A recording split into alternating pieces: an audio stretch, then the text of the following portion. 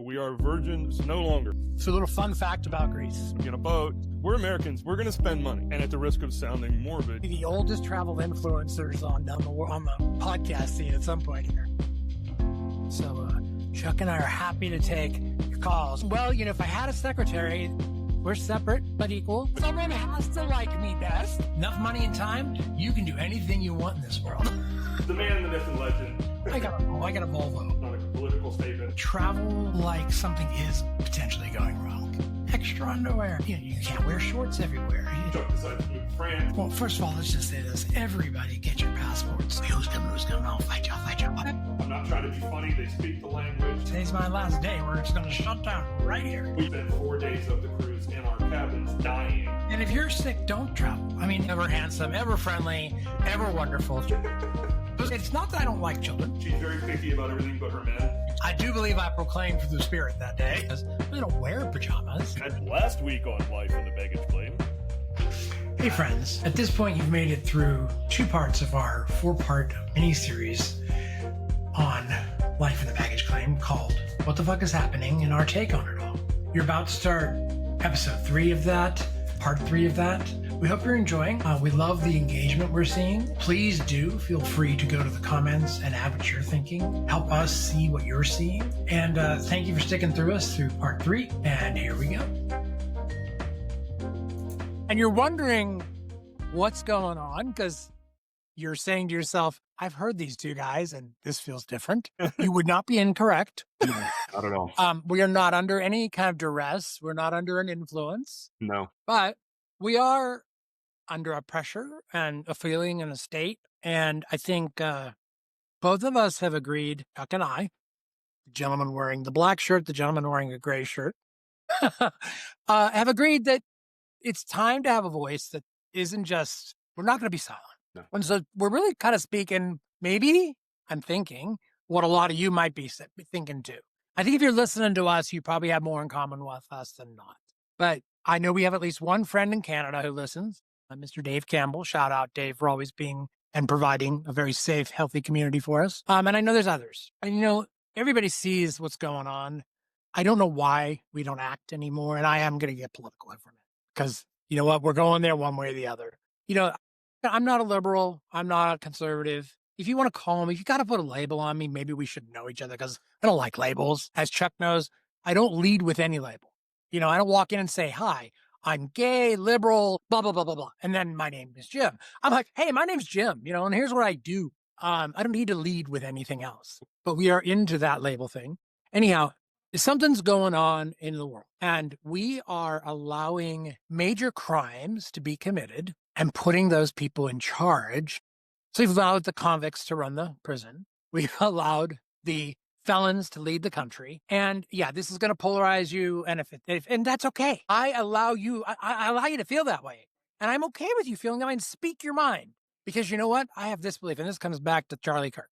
I live in a country where free speech is a right. I will fight for that right, whether I agree with what you say or how you say it. I will fight that right for you too. Absolutely. Because that is absolutely required to be. It's like the coat of arms for a U.S. citizen. Free speech is a part of your DNA. Preach. And I will fight for it. I don't care. If we disagree, we disagree. And we have lost the ability to have a healthy disagreement and a healthy argument. This is where I love Chuck, because you know what? We can sit on the phone and maybe not agree on something, but we will come. We're still friends. We still can talk to each other. All of us need to learn that. And so we're at a point. I will fight for that right. I don't necessarily agree sometimes with how things are taken out and how they're done. And Charlie should not have been assassinated because of what he said. That was wrong. Agreed. And that's going to piss people off. And I may lose friends. But let me be honest with you. Nobody deserves to be assassinated for how they think. Correct.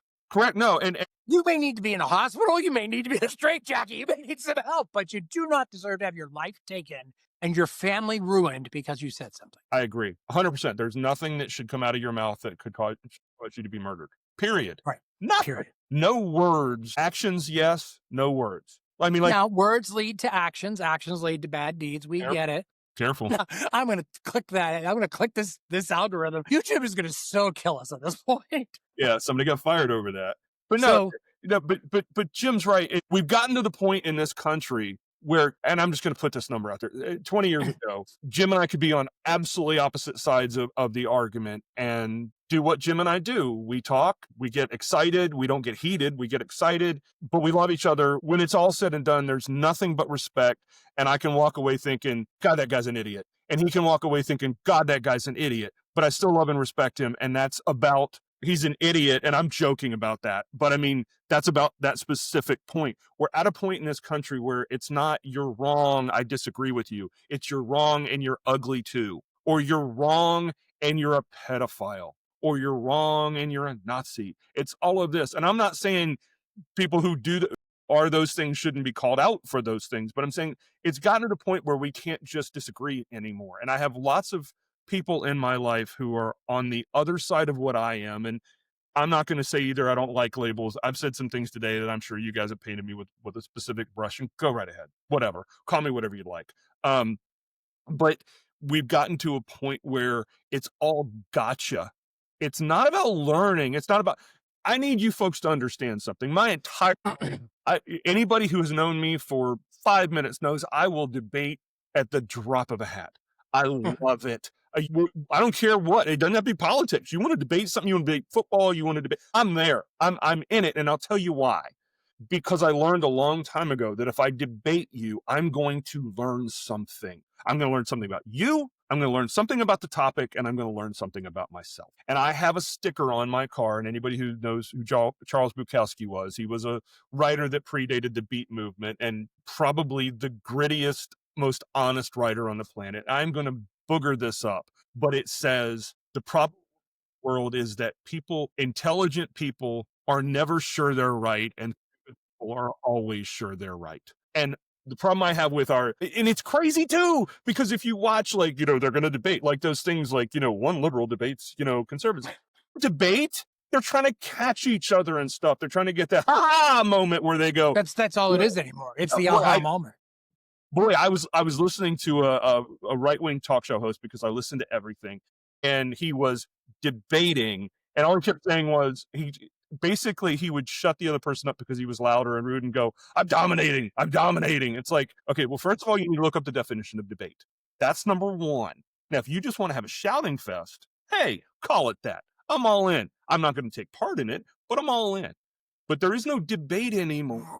Jim and I debate. We talk. We disagree. We talk things through. And I'm going to tell you what, when he and I debated a couple of things last night, when I hung up, I literally stopped and thought, he has a point about that one thing. I still disagree with the other thing, but he made me think about it. And I will change my position. I have done it my whole life. What the other person says to me makes enough sense that actually causes me to rethink my position. Hey, Chuck, what did I do after we talked? What happened after we talked? He sent me a lovely, because we were talking and my wife was on her way home and she interrupted. And so I said, Jim, I got to call my wife. And he sent me this lovely text. May I read it? Yeah, read it. All right. Lovely. And I'm not kidding. I don't use that word a lot, but he said, hey, buddy, thank you so much. That call was cathartic, and I really, really, really needed to have someone like you to talk to. I appreciate you so much for you just being you. Have a great day, and I'll talk to you tomorrow. And I replied, happy to be your friend. And I think, and that's the that's the courtesy you give a friend, is you tell them, I appreciate you. Yes. What you did for me helped me. Yes. And it's valuable. And coming back to sort of where we started, the reason we have probably drifted all over the map, and if you can plot the points, please put them in the comments, because I'm not sure we can. I can't wait to see what II does with the comments on this episode. But if you look at what we're talking about, we've done this big circle, right? We've been flying around this issue around what's happening in the world. And as I said to Chuck when we decided to do this, it's how do we bring this home to travelers? How do we bring this home to life experience and growth? And it's a painful moment in your life when the growth shows you that you're not going to grow right now. You're going to hurt a little bit. There's going to be chaos, and you're in for change. And change is a constant. We know that. I believe in it. I believe it's how you navigate that change that's important. I have told Chuck, I've been doing a lot of audibles, because when I get into these spaces, when I get angry and upset, I don't take to social media very much. I don't bitch and moan to people. I go read. And I want to learn what the other side thinks, because there's always another side. I want to learn what my side thinks, and I want to learn just in general. So I picked up a number of books. And one of them I read, which people might laugh at, was The Simulation Hypothesis. Not going to go into the book, but you can guess. It's about simulation experience and people who believe we're all just living in some great simulation right now. And I always go back to Men in Black, the first one, when at the end of the movie, the little cat has Orion on it, right? That's where Orion is. And it's a marble in a big aliens game. And I think to myself, maybe that's what it all is. Maybe we're just playing our own Sim City life here, you know? But one of the things the author said that I'm going to stick out there is when you live in the moment and you're present in the moment, there's a million possibilities. And that's something that sticks with me because I'm big on what is happening right now. So I'm hoping that it's for some of you, you listen to this episode and you say to yourself, okay, they're crazy. They said a lot of things I agree and disagree with. But I'm hoping you feel that cathartic I felt talking. It's just like getting it out. And I think some of us need a way to purge some of the stress we're feeling because that's the whole world. The whole world is feeling something. I'm a very empathetic person. I just feel things. It often makes me ill because I feel so much that I go like, and I'm not well. And I have friends, a friend of mine, Andrea, and I've always talked about like, have you felt that vibe lately? And we will literally just have a conversation where that's where it starts. She's like, yeah, what is that? And you just know something's off because the energy's not working. And if you're believing all that stuff, you also say, the people who come into your circle, stay there when it vibes right. When you're both in the sympathetic vibration, you'll stay. And wow, I'm getting all metaphysical and crazy here. No, and you've tripped into something, and tripped into it. You're absolutely right. No. We are going to interview somebody who's going to talk about psychedelics at some point here very soon. But I think you've hit on something. So I don't mean to hammer this fact, but I worked with tough kids for 20 years. And the first thing you learn when dealing with tough kids, first of all, Psychology 101 is anger is a secondary emotion. And I'm going to go into this for just a second if you've never heard this. Anger is a secondary emotion. Anger is not a real emotion, meaning no one just gets angry. You're just not walking down the street and you're all of a sudden angry. There has to be a preceding, there's got to be something that brings that. And I know there's so much anger in this world right now. And it's not just in the US. I have a app. Oh, I'm not going to say it because it's Ground News. I don't know if you've ever heard of it, but yeah, they do the left, right, center. It's a great app. And hey, we'd love them as a sponsor because it's some of the best media vetting out there. I go to it every day. I love it. And so I made a mistake when I signed up for Ground News and it does the first thing. Somehow I clicked like international news first. So international news pops up and then I have to scroll over to US news. It is what it is. So I get that. And I'm an avid reader and I'm a voracious knowledge sponge. So there's anger all over the world right now, not in the US, just in the US. And I'm not pretending to be some psychological guru or anything like that. But I've done a lot of thought about this. And if I had to and you may disagree with this, Jim, and please feel free to do so. But if I had to wrap up this entire episode into one word, it's also what I believe is the primary emotion that's driving all this anger. And I believe it's frustration. And what I mean by that is I don't care if you're on the left, right, upside down, whatever. Feel like no one feels like they're being heard. And while you may have an opinion about that and think, bullshit, the right's being heard, the left's being heard because of the no. At a personal cellular level, I think people don't believe they're being heard. And I know where that's coming from. So I will be the guru at this because we've hit on it so many times. It's because we don't have any power anymore. Billionaires and corporations have all the power. And what I mean by that is your health insurance, your pharmaceuticals, your food, your rent, everything is controlled by corporations and billionaires. And when you've got a class of people in any country, and again, if you're a billionaire and you've earned it, good for you. But the problem is I've never heard of, I haven't met many billionaires, but I've never heard a billionaire interviewed who wasn't an asshole. You have to be somebody who's willing to step over bodies, not literally, figuratively, to grow. You don't become a billionaire by being a nice guy. You just don't. You have to be a shark and ruthless. You have to be ruthless. Right. And there's nothing wrong with that. We need those people too. They drive innovation. Let's be realistic. Yeah. Absolutely. I mean, that's always been my thing with Elon Musk. The guy's a nut job, right? There are things he says that I go, what? But I will give him credit for changing things. He goes out and finds ways. He did when I'm going to say around electric cars, he put them in the spotlight. May not have done a great job at it, but he put it in the spotlight. You're right. He's making space commercialized. We can go travel to space without having to be a government program. So, I mean, he himself lit fuses not always for the right, but he at least lit the fuse, No, right? it's not that. It's not a political thing. It's just I think. But he's a moron billionaire. Well, but the other thing he's part of a class of Right. people, and I'm going to be really unpopular for saying this in certain groups, but don't care. I'll back it up with facts if you'd like. He's part of a class that don't pretend to care, and don't give a shit about anything but themselves. And unfortunately, Jim Hauck, Chuck Longerbeam, we have zero power in this world. Zero, zero, Right. zero, zero. We got nothing. We may be the best human beings with the best ideas and the best plans and the most empathy and the biggest hearts, but nobody cares. But they listen to every word he says. And like you said, he's doing the SpaceX thing.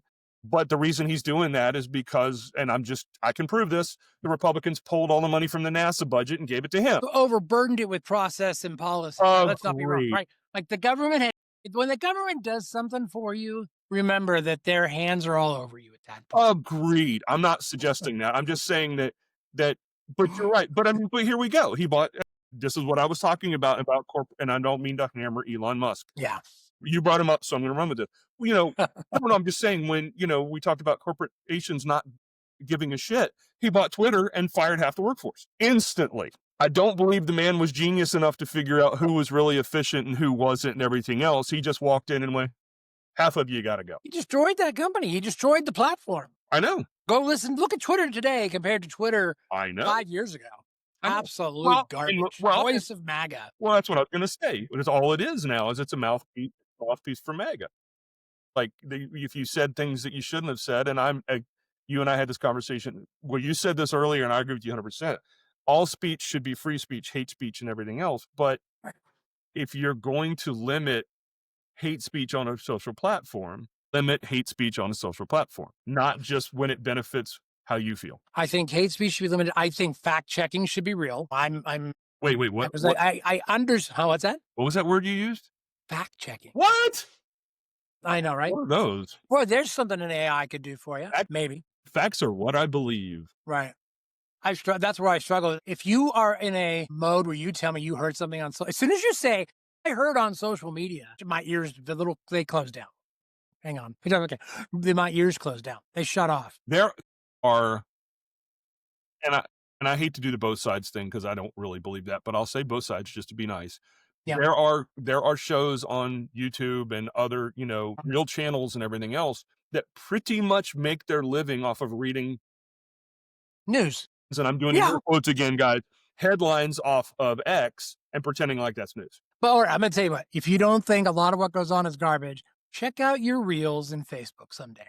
If you don't see that every day a plane crashes in India and the bridge blows up and there's a cruise liner on fire, then you're maybe you don't follow what I follow, but I sort of laugh because at some point it's so bad, the AI that's the people you're using to do it. You're like, if you really want to make your country look good, you don't publish the planes fall out of the sky.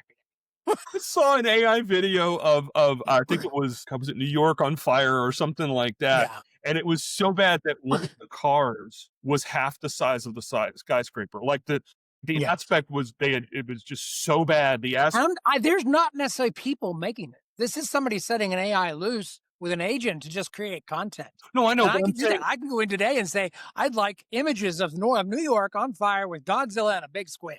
Oh, I know. And I'd have it, and I could put it out there, and you'd probably say it's real. What I'm saying, though, if you looked at it for a split second, you're like, oh, my God, New York's on fire. If you looked at it for a split second and a half, you're like, wait a minute. That Toyota Corolla is like 14 stories tall. Like, what the hell's going on here? I mean, there was one that came out, it was about, when the tsunami announcement came out, because the last few weeks, people were putting a video, tsunami hits, and I'm like, right. And so everybody's just sitting on the beach like, la, la, la, la, la, la, and the tsunami comes and washes over them. And then you hear the screaming. I'm like, so my brain got in there right away and said, that's, there's no way. Now, I knew right away it was fake, but people comment on this, things like, oh, God bless them. I hope everybody's okay. And it's like, are you really? Money. Yeah. Thoughts and prayers. So obviously we've got a lot we talked about. We probably got a lot to digest ourselves. Right. But again, this is an episode where I'm going to tell you what, we would love to hear from you if you're listening to this. We'd like to know what you think. And we'd like you to know that we have a safe space if you want to talk too. We are not afraid to hear from you. We are probably two people who you could talk to, whether you agree or disagree with us. And we'd be okay with that. I encourage you to think about that. And go ahead, Chuck. I'd say, and do us a favor if you can. We would love, Jim's not wrong. We mean this from the bottom of our heart. We'd love to see some comments on this. We would love to start a conversation about this, but please do me a favor. Both sides, leave your beat politics out of this. Jim and I have been very careful to talk about our feelings about the world and frustrations and angers and things like that. And I don't believe for a minute that your whole anger, remember anger being a secondary emotion, I don't believe your whole anger is at the Democratic Party. I don't believe your whole anger is at MAGA. I don't believe it for a minute. That's too easy. That's cheap. That's lazy. What are you feeling? Why are you feeling? Yeah, dig in a little bit. Right. Are you Explore. feeling frustrated because you don't feel heard, or you feel like life's rolling past you, or you feel like corporations or the government or whoever is just, not giving a damn about you at all and running past you? That's what I feel. I think, I don't want to put words in Jim's mouth, but I think that's what Jim feels, in a sense, is that it's all just sort of sliding away. Yeah, we've all worked so hard in our lives to get where we're at, right? We've all struggled. Buying a house wasn't easy. No, Having a house is still not easy. raising kids. Keeping the dogs fed, having a life that's comfortable. And I'm not even really comfortable. I'm just saying comfortable enough that I feel okay. Right. While still taking care of others. So I'm going to tell you that's a big part of it. Is becoming harder and harder to do. When you're making decisions on whether you can buy food or pay rent, that's the things that I'm talking about here. We've worked too hard in this country, in this world, for the things that all of us have tried to do. If you haven't thought that you've spent the most of your life trying to get here, I don't know who you are, because I've spent most of my life trying to get here, Right. but this is not the here I thought I'd be at either. Yeah. So there is anger, right? It is not it is based on the fact that there are so many things going on. There's so much distraction, there's so much noise, and there's so much falsehood, everything being said and done, that you spend too much time right now in this space of trying to figure it out, try and understand what's doing, how to react. And I know many of my friends are struggling. Like sleeping at night's getting harder. Making it through a day is getting harder. We are being so oppressed by all this stuff going on. You got to find a way to let it out. And this is exactly what I think this episode does. It's sort of taking and saying, here's the release valve. Go ahead and let some of it out. And that's what we want you to do. Because if this keeps building, which is what's ultimately happening, the explosion is going to be catastrophic when it goes off. And what I mean by that is there will be the end of things that we consider normal and part of our daily lives. As I said to my neighbor, we may not believe any of this is real until someone's being dragged out of their house and shot.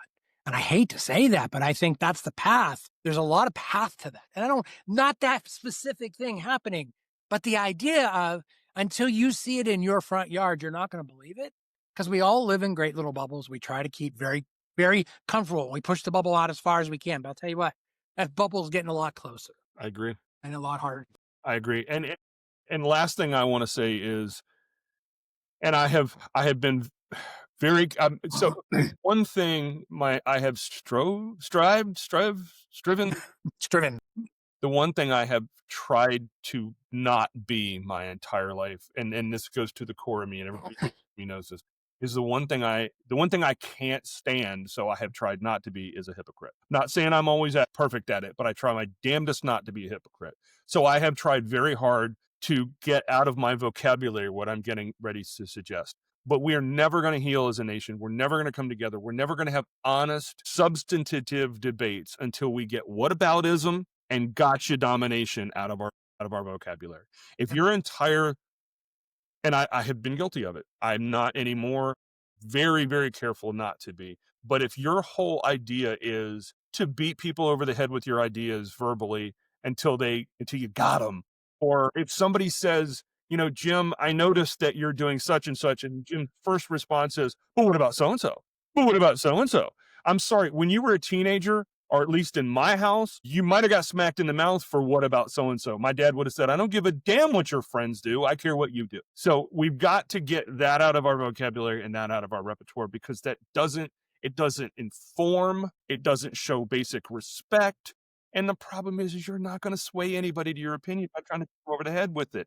Like I said, Jim and I had a conversation last night, and we didn't disagree on anything to any great effect. But whatever we might have disagreed on, we listened to each other.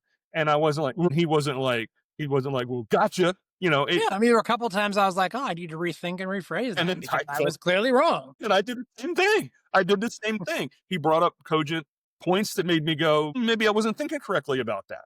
Because I don't care who you are, I don't care how smart you are. You haven't thought every aspect of everything out in every direction and every piece of Yep. it. So we Yep. need to learn from each other, and we can't do that if all we're trying to do is dominate each other in yelling matches.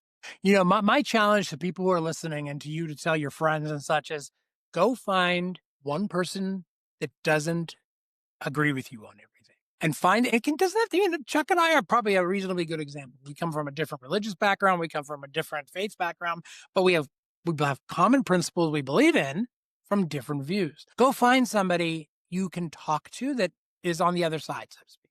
Someone who you may say, I can't talk to them because they voted for Trump or they voted for Kamala, right? Just go talk to them. Have a conversation, because I think this is what will drive change in the world. If you can talk to somebody on the other side and go through a conversation and not try to kill each other and actually leave friends, give each other a hug and say, I'll talk to you again, you've made a big step forward in this whole game.